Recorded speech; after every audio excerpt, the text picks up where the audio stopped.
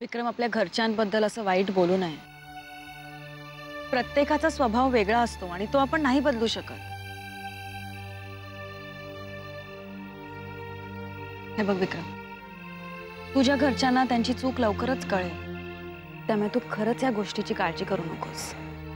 आज नील भैया आणि रागिणी वहिनी तुमच्याबरोबर घरी नाही राहू शकत, पण निदान ते एकत्र तर आहेत ना। कालपर्यंत नील भैयांना तर जगावंसंही वाटत नव्हतं।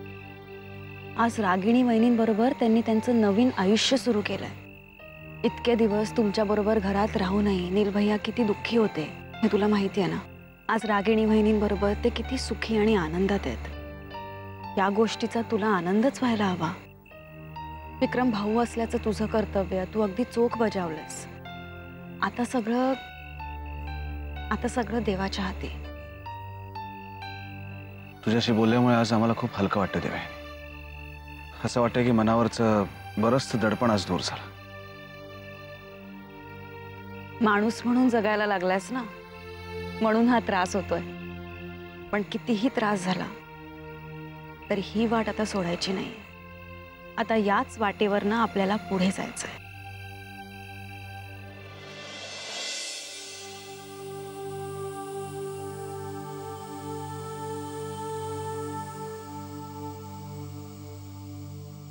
रागिणी, सॉरी। आमच्यामुळे तुला पुन्हा एकदा त्या घरामध्ये अपमानित व्हावं लागलं। तू का सॉरी म्हणतोस? साईमानी किंवा भैया साहेबांनी केलेल्या विरोधापेक्षा आज तू माझ्या बरोबर आहेस, हेच माझ्यासाठी जास्त महत्त्वाचं आहे। मग तू अशी उदास का बसलीस? मला तुझ्याबद्दल वाईट वाटतंय नील। आमच्याबद्दल? आमच्याबद्दल का वाईट वाटतंय? केवळ माझ्यामुळे आज तुला तुझी सगळी नाती तोडावी लागली। नाही रागिणी, सगळी नाती तुटलेली नाही आहेत। अजूनही अशी काही नाती आहेत ज्यांना आमच्याबद्दल आत्मीयता वाटते, आम्हाला भेटावं असं वाटतं। त्या प्रतिष्ठित नात्यांपेक्षा आम्हाला ती नाती जास्त महत्त्वाची वाटतात, जास्त जवळची वाटतात।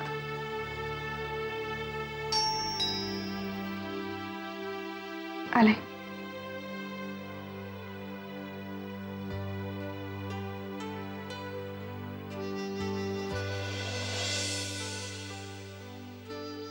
सरप्राईज? इथे कसे काय? तुम्हाला दोघांना भेटावंसं वाटलं म्हणून आलो। या ना।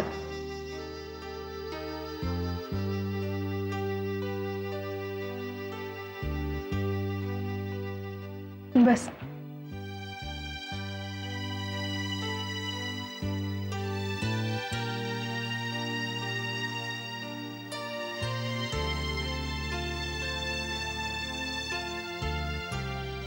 नील भैया, तुम्ही आणि रागिणी वहिनी घरी आल्यानंतर साईमा आणि भैया साहेब तुमच्याशी ज्या प्रकारे वागले त्या सगळ्याला आम्हीच कुठेतरी जबाबदार आहोत। शक्य झालं तर त्यासाठी आम्हाला माफ करा। विक्रम, जे घडायचं होतं ते घडून गेले। हे बघ, तुझा उद्देश खूप चांगला होता। तू उगाच वाईट वाटून घेऊ नकोस। विक्रम भाऊजी, त्या घरात जे काही झालं ते आम्ही तिथेच सोडून आलो। या घरात आमच्याकडे पाहून तुम्हाला असं नाही वाटत की आम्ही दोघंही खूप खुश आहोत? विक्रम, काही गोष्टी आपल्या नशिबातच नसतात हे कळून चुकलंय आम्हाला, आणि त्याबद्दल वाईटही वाटत नाही आता। जे घडून गेलं त्याबद्दल विचार करण्यात आता काहीच अर्थ नाहीये, हे मी केव्हापासून विक्रमला सांगते, पण नील भैया हा ऐकतच नाहीये। मला वाटतं आपण त्याच गोष्टीवर चर्चा करण्यापेक्षा दुसऱ्या विषयावर बोलूया। मला सांगा, तुम्ही जेवून आलाय का?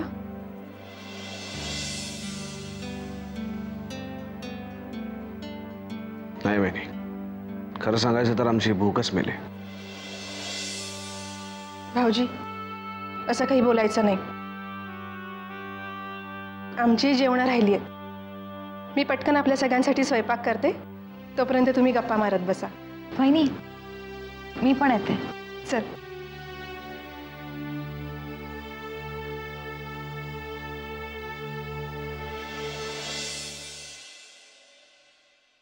आयुष्य किती विचित्र असतं ना वहिनी। का ग असं का बोलतेस? तुमचं आणि नील भैयांचंच बघा ना. तुम्ही दोघांनी एकमेकांवर प्रेम केलं, लग्न करण्यासाठी एकत्र आलात. परिस्थितीने कधीच तुम्हाला एकत्र येऊ दिलं नाही. आणि आता कधीच वेगळं न होण्यासाठी तुम्ही पुन्हा एकत्र आलात. याला काय म्हणायचं? तू याला काही म्हण देवयानी, पण आम्ही इतक्या वर्षांनी एकत्र आल्यामुळे मी मात्र स्वतःला नशीबवान समजते. थँक्स देवयानी. मला कशाला थँक्स? आम्ही पुन्हा एकत्र येऊ याची मी आशाच सोडली होती, पण आज केवळ ते तुझ्यामुळे शक्य झालंय, म्हणून थँक्स. वहिनी, आता साईमा आणि भैयासाहेबांनी आम्हाला त्यांच्या घरात घ्यायला नकार दिलेला असला तरी आम्ही आमच्या घरात एकत्र आहोत, याचाच आम्हाला जास्त आनंद होता. विक्रमनी सांगितलं मला सगळं. मला जे अपेक्षित होतं तेच घडलं तिथे. केवळ विक्रम भाऊजींच्या हट्टामुळे आम्ही तिथे गेलो होतो, पण तिथून परत आल्यापासून मला तुम्हा दोघांची खूप काळजी वाटतेय ग. इतक्या वर्षानंतरही साईमा आणि भैयासाहेबांनी आम्हाला माफ केलं नाही. ते तुमच्या लग्नाला परवानगी कधीच देणार नाहीत देवयानी. विक्रम आता माझ्या बरोबर आहे ना.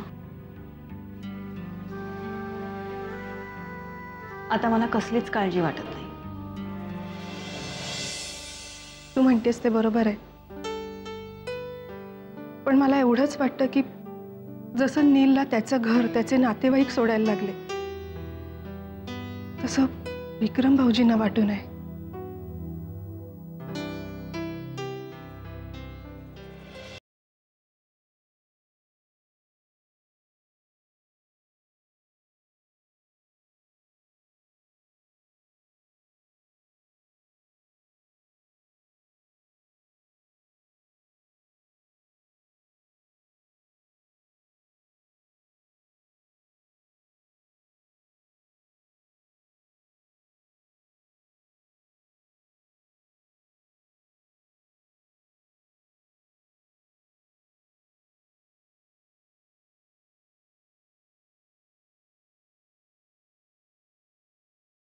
नसेल तर तुझ्या बरोबर असण्याला काहीच अर्थ नाही.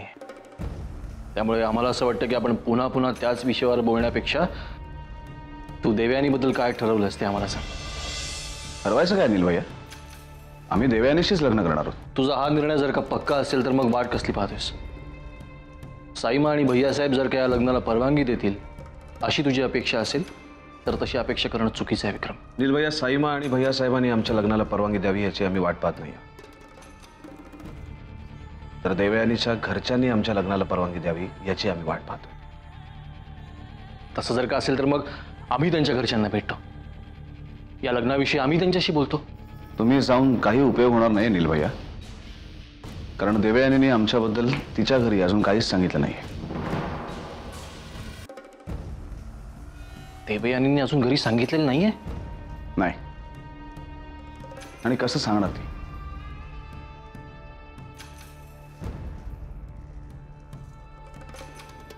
आतापर्यंत आम्ही तिच्याशी इतक्या वाईट पद्धतीने वागत आलोय, तरी सुद्धा आज तिने आमच्या प्रेमावर विश्वास दाखवला. पण नील भैया, हाच विश्वास तिचे घरचे आमच्यावर दाखवतील असं आम्हाला नाही वाटत. तिच्याशी प्रेमाचं नाटक केल्यानंतर जो मनस्ताप देवयानीला झाला तेवढाच मनस्ताप तिच्या घरच्यानेही झाला, आणि ते इतक्या लवकर विसरतील असं आम्हाला नाही वाटत.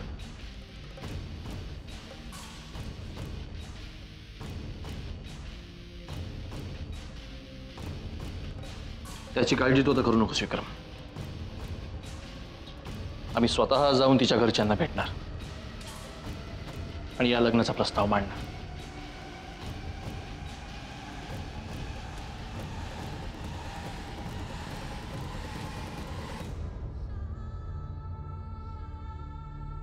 विक्रम, आम्ही जेव्हा रागिणीशी लग्न करायचं ठरवलं ना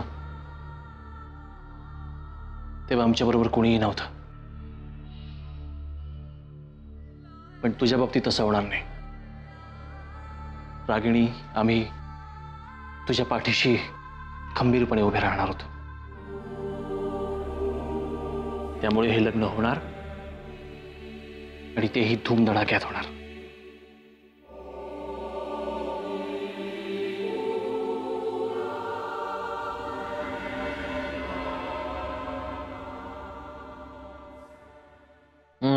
वा, तुला म्हणतो विक्रम, याच्या गरमागरम जेवणातच ना खरं सुख आहे. आणि त्यातही जर का कोणी हक्कानं वाढणार असेल ना तर विचारच ना. पण जेवण खरंच खूप छान झालं. हे जर का रोज असं चांगलं जेवायचं असेल ना तर लवकरात लवकर लग्न करणे हा एकमेव पर्याय तुझ्यासमोर आहे. काय देवयानी, बरोबर बोलतोय ना आम्ही? बस ना देवयानी. बहिणी तुम्ही?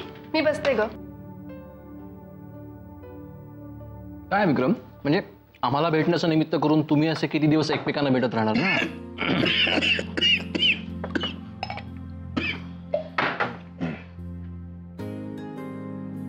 खरंच विक्रम भाऊजी, तुम्ही दोघांनी आता लवकरात लवकर लग्नाचा निर्णय घ्या. माझ्या लग्नानंतर मला सासर मिळालं नसलं तरी देवयानी तुला हक्काचं घर आहे. उद्या साईमा आणि भैयासाहेबांनी तुमच्या लग्नाला विरोध केलाच तर या घरात आपण सगळे एकत्र राहू. रागिणी, अगं त्यांच्या लग्नाविषयी आपणच बोलत बसलो, ते काही बोलतच नाहीयेत. काय रे?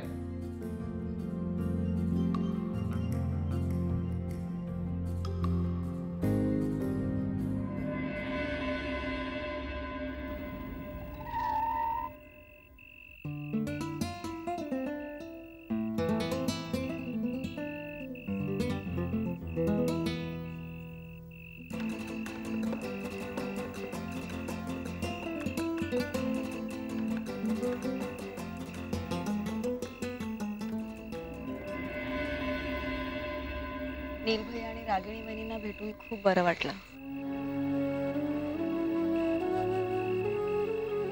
देवाने एक गोष्ट विचारायची होती. उद्या नीलभैयांसारखी परिस्थिती आमच्यावर आली तर, आम्हालाही घर सोडावं लागलं तर, तरी तू आमच्या बरोबर असशील, आमच्याशी लग्न करशील आणि तुझ्या घरचे डीव्ही सर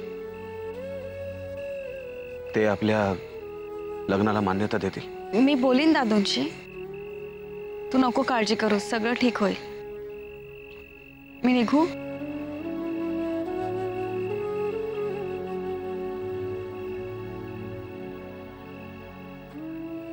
विक्रम, सांभाळून जा.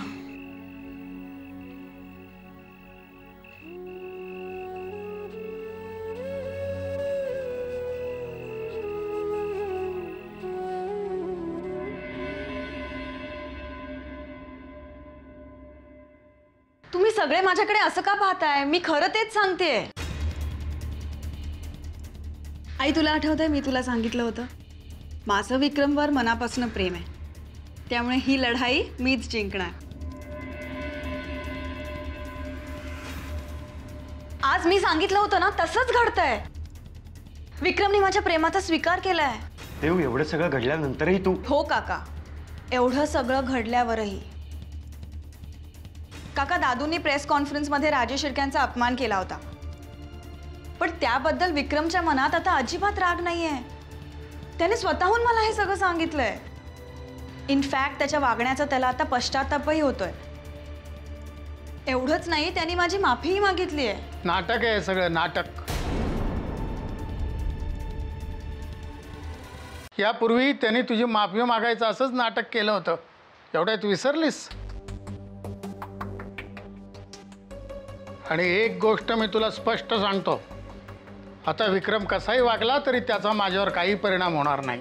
नाही दादू, तुम्हाला वाटतं तसं नाहीये. विक्रमचा एकूणच स्त्री जातीबद्दल राग होता आणि तो राग रागिणी वहिनींमुळे होता. म्हणजे रागिणी वहिनींमुळे नीलभैयांचं आयुष्य उद्ध्वस्त झालं अशी त्याची समजूत होती. पण दादू, आता खरं काय आहे ते विक्रमलाही कळलंय. हे बघ देऊ, आता झालं ते झालं. त्या राजे शिर्केंमुळे आपल्याला अजून त्रास व्हायला नकोय.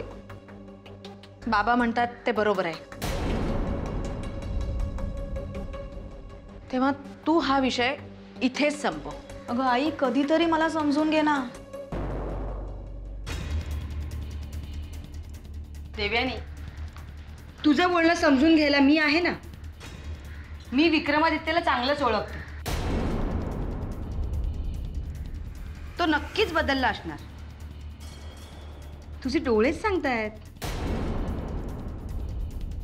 अभिलाषा, तू मध्ये बोलली नाहीस तर बरं होईल. अहो, ती बिचारी एवढं तुम्हाला सांगतेय आणि तुम्ही कोणी तिच्यावर विश्वासच ठेवत नाहीये. देऊ आतापर्यंत कधी खोटं बोललीये का?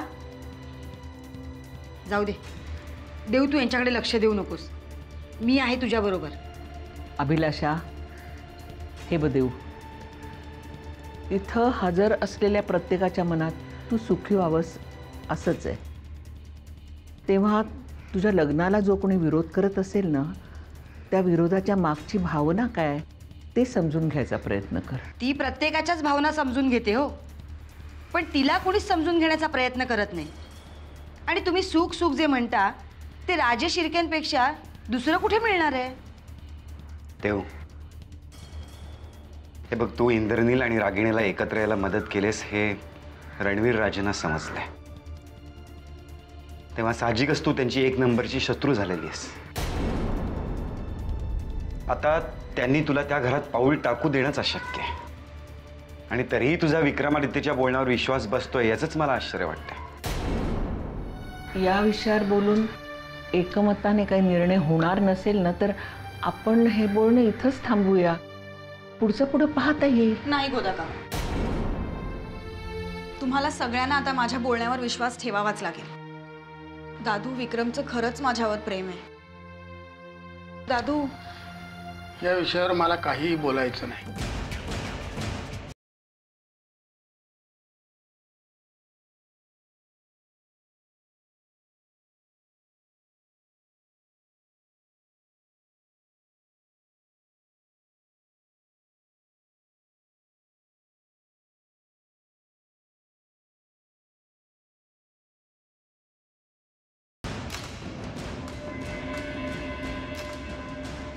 दादू, तुला आणखीन काय बोलायचंय? हो दादू, तुम्ही काहीच बोलला नाहीत. माझा निर्णय तुम्हाला पटला नाहीये का? या विषयावर जास्त बोलायची माझी इच्छा नाही. पण दादू, दादू, मी सुखी व्हावं असं तुम्हीच म्हणाला होतात ना. आणि तुम्ही हेही म्हणाला होतात की माझं विक्रमवर प्रेम आहे. यापेक्षाही जर विक्रमचं माझ्यावर प्रेम असेल तर तुम्ही या लग्नाला परवानगी द्याल. मग दादू, आता का तुम्ही काही बोलत नाही आहात? दादू, विश्वास ठेवा माझ्यावर. विक्रम खरंच बदललाय. यापूर्वी तू असंच काहीतरी म्हणत होतीस.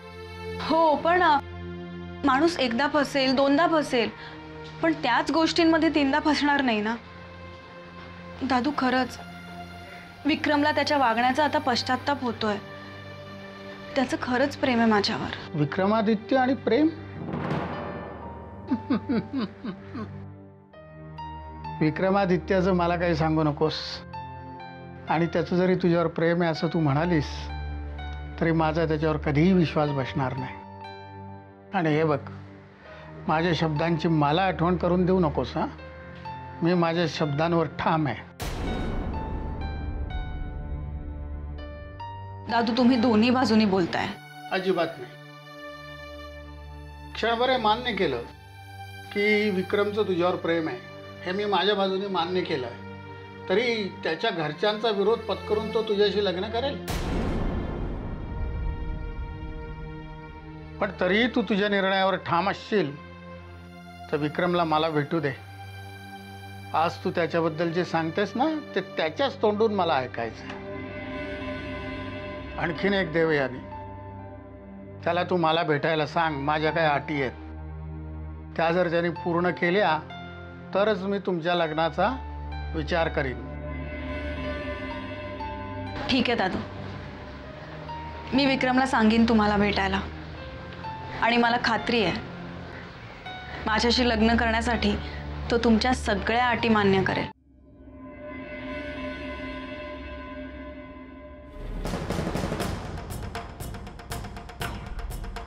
देऊ, या सगळ्यामध्ये तू सुखी व्हावंस एवढीच आमची इच्छा आहे.